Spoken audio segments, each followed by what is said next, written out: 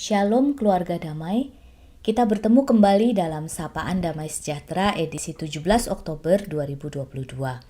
Sebelum kita masuk dalam perenungan kita, marilah kita merendahkan hati, kita sama-sama berdoa. Bapa di surga, terima kasih untuk kasih-Mu yang tiada tara dan tak bersyarat. Kasih-Mu yang terus mengalir dalam kehidupan kami, bahkan ketika kami berlaku sebagaimana orang yang tidak layak untuk dikasihi. Dalam kekerasan hati kami, Engkau tetap mengasihi kami. Pagi ini Tuhan, kami datang dengan penuh kerendahan hati, kami siap mendengarkan firman-Mu. Biarlah Roh Kudus mengajar dan menegur dalam hati kami, agar firman yang kami dengar sungguh-sungguh dapat mengubahkan kami. Terima kasih Tuhan, dalam nama Yesus kami berdoa, amin. Keluarga damai, renungan kita pada pagi hari ini kita dasarkan pada firman Tuhan yang terambil dari 1 Korintus 6 ayat 1 sampai 11. Namun saya akan membacakan beberapa ayat saja, yaitu ayat yang pertama, lalu dilanjutkan dengan ayat ke-6 sampai 8 dan ditutup dengan ayat ke-11. Demikianlah firman Tuhan. Apakah ada seorang di antara kamu yang jika berselisih dengan orang lain, berani mencari keadilan pada orang-orang yang tidak benar dan bukan pada orang-orang kudus? Ayat ke-6, adakah saudara yang satu mencari keadilan terhadap saudara yang lain, dan justru pada orang-orang yang tidak percaya? Adanya saja perkara di antara kamu yang seorang terhadap yang lain telah merupakan kekalahan bagi kamu. Mengapa kamu tidak lebih suka menderita ketidakadilan? Mengapakah kamu tidak lebih suka dirugikan? Tetapi kamu sendiri melakukan ketidakadilan dan kamu sendiri mendatangkan kerugian. Dan hal itu kamu buat terhadap saudara-saudaramu. Ayat yang ke-11, dan beberapa orang di antara kamu demikianlah dahulu.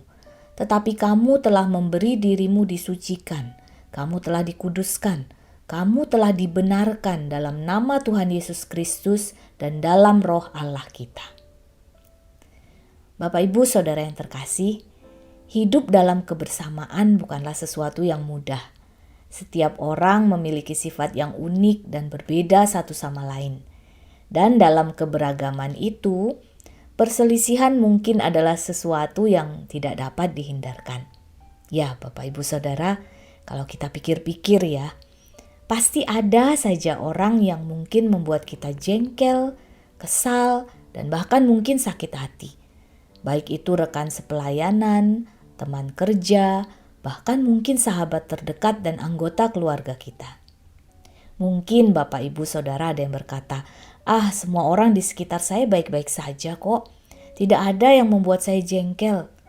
Jangan salah Bapak Ibu, bisa jadi kitalah yang membuat orang lain jengkel atau sakit hati. Nah Bapak Ibu Saudara, memang perselisihan hampir bisa dipastikan akan selalu ada di tengah-tengah keberagaman karakter. Itu adalah hal yang wajar. Tetapi yang terpenting adalah bagaimana kita menghadapi dan menyelesaikan perselisihan tersebut. Saya percaya bahkan Tuhan pun mengizinkan perselisihan terjadi di dalam kehidupan kita, bahkan kehidupan berjemaat, sebagai bagian dalam membentuk kedewasaan kita. Masalahnya, apakah kita bersedia untuk dibentuk sesuai kehendak Tuhan? Kepada jemaat di Korintus, Paulus menasihatkan supaya sebisa mungkin mereka tidak melakukan tuntutan hukum saat ada perselisihan di antara jemaat. Hendaknya perselisihan itu bisa diselesaikan dalam lingkup internal jemaat dan bukan malah membawanya ke dalam pengadilan yang dipimpin oleh orang yang tidak percaya. Bapak Ibu Saudara yang terkasih, sebagai sesama orang percaya yang sudah mengalami pengampunan di dalam Kristus, seharusnya kita sebagai pengikut Kristus terus belajar untuk saling mengalah, saling mengampuni. Ketika ada perselisihan, kita mencoba melihat sudut pandang saudara kita yang lain. Lalu bersama-sama memohon hikmat Tuhan, agar kita sama-sama bisa mencari kehendak Tuhan di dalam permasalahan yang kita hadapi tersebut. Tuntutan hukum hendaklah menjadi pilihan terakhir. Ketika sesama pengikut Kristus tidak dapat berdamai dan bahkan sampai mengambil jalan hukum untuk menyelesaikan perseteruan tersebut, Ini membuktikan bahwa mereka belum dapat mengampuni seperti Kristus, sekaligus membuktikan kekalahan rohani. Ini membuktikan bahwa Injil keselamatan belum sungguh-sungguh mengubahkan hidup mereka. Dan ini pun membuktikan bahwa gereja pun seakan-akan inkompeten, tidak mampu untuk menyelesaikan permasalahan di dalam jemaatnya. Bagaimanakah orang di luar Kristus dapat tertarik untuk menjadi pengikut Kristus jika mereka melihat para pengikut Kristus sendiri tidak dapat menerapkan kasih dan pengampunan seperti yang sudah diteladankan oleh Kristus? Bapak, Ibu, Saudara yang terkasih, marilah kita melihat perbedaan dan keberagaman yang ada di tengah-tengah jemaat sebagai suatu keindahan yang unik. Dan biarlah kiranya di tengah-tengah keberbedaan ini kita bukan saling menjatuhkan, ingin merasa benar sendiri, atau bahkan saling menyakiti. Jangan sampai perkataan atau perbuatan kita membuat orang lain terluka atau bahkan mundur dari persekutuan kita. Namun kiranya kita terus belajar meneladani Kristus yang begitu mengasihi kita bahkan ketika kita masih berdosa. Ayat 11 mengatakan, "Tetapi kamu telah memberi dirimu disucikan, kamu telah dikuduskan, kamu telah dibenarkan dalam nama Tuhan Yesus Kristus dan dalam Roh Allah kita." Kita semua telah dibenarkan. Artinya bukan berarti kita ini benar karena kehebatan kita, namun kita dibenarkan dalam nama Tuhan Yesus Kristus dan dalam Roh Allah kita.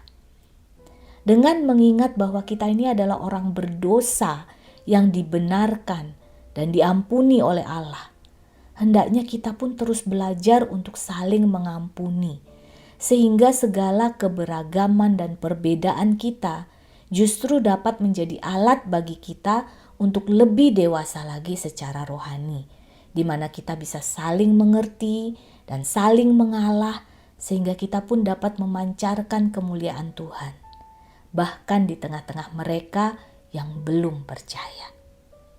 Mari kita berdoa. Bapa di surga, ampuni kami kalau kami masih sering kali berselisih paham, mau menang sendiri, dan tidak berusaha mencari kehendak Tuhan di dalam permasalahan yang kami hadapi. Kami bersyukur untuk firman-Mu pagi ini yang mengingatkan kami agar kami melihat perbedaan di antara kami bukan sebagai pemisah, namun justru mendewasakan kami, sehingga kami boleh terus bertumbuh dan menjadi satu di dalam Tuhan. Saat ini kami juga ingin berdoa terkhusus untuk gereja-Mu GKI Damai ya Tuhan. Kiranya damai sejahtera yang dari Tuhan sendirilah yang menaungi kami. Sehingga ketika kami harus menghadapi permasalahan atau perselisihan paham, Roh Kudus akan terus mengajar kami untuk tidak saling menyakiti. Namun di dalam kasih kami saling mengingatkan dan saling menguatkan, sehingga kami boleh terus bertumbuh menjadi jemaat yang menyuarakan suara Tuhan dan memuliakan nama Tuhan.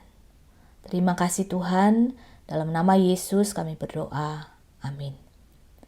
Keluarga damai, sudah siapkah kita untuk dibentuk dan diperbaharui, bahkan melalui perselisihan sekalipun? Mari kita memiliki hati yang mengasihi Tuhan, yang siap merendahkan diri dan menerima didikan Tuhan. Tuhan Yesus memberkati.